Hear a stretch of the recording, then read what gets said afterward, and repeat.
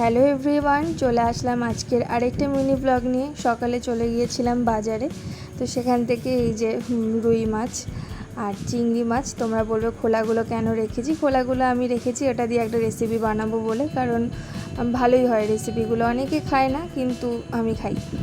আর চিংড়ি মাছগুলো খোলাতে ঢেকে গেছে।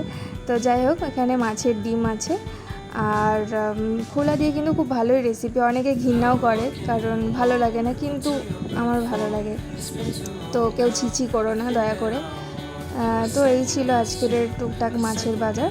আর আমি আগে থাকতেই অল্প একটু ডিম সরিয়ে রেখেছিলাম। আজকে মাছের ডিম আর কি, আজকে একটু ওই তোমার পেঁয়াজ দিয়ে কাঁচা লঙ্কা দিয়ে যে ভেজে করে না, বেশ ভালোই লাগে ওটা। আর মাছটাও সরিয়ে রেখেছিলাম আজকে বানাবো বলে। আর নিয়ে এসেছিলাম আম বাজার থেকে। আমটা হচ্ছে, আমি না প্রথমবার আম কিনেছি, কারণ কীরকম কী হবে জানিও না খেতে।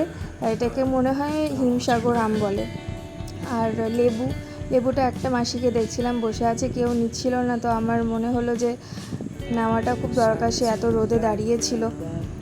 তো যাই হোক, সবার একটু হ্যাপিনেসটা দেখতে আমার খুব ভালো লাগে।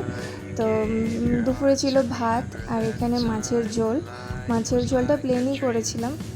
আর ছিল শাক ভাজা, বাড়িতেই কলমি শাক হয়, তো সেই শাক ভাজা।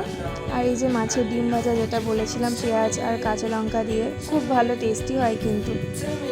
এতটুকুই আমার মিনি ব্লগটা রইল। তোমাদের কেমন লাগলো জানাবে। তো থ্যাংক ইউ সবাইকে ওয়াচিং করার জন্য। টাটা বাই বাই, সবাই সুস্থ থেকো, ভালো থেকো। Thank you.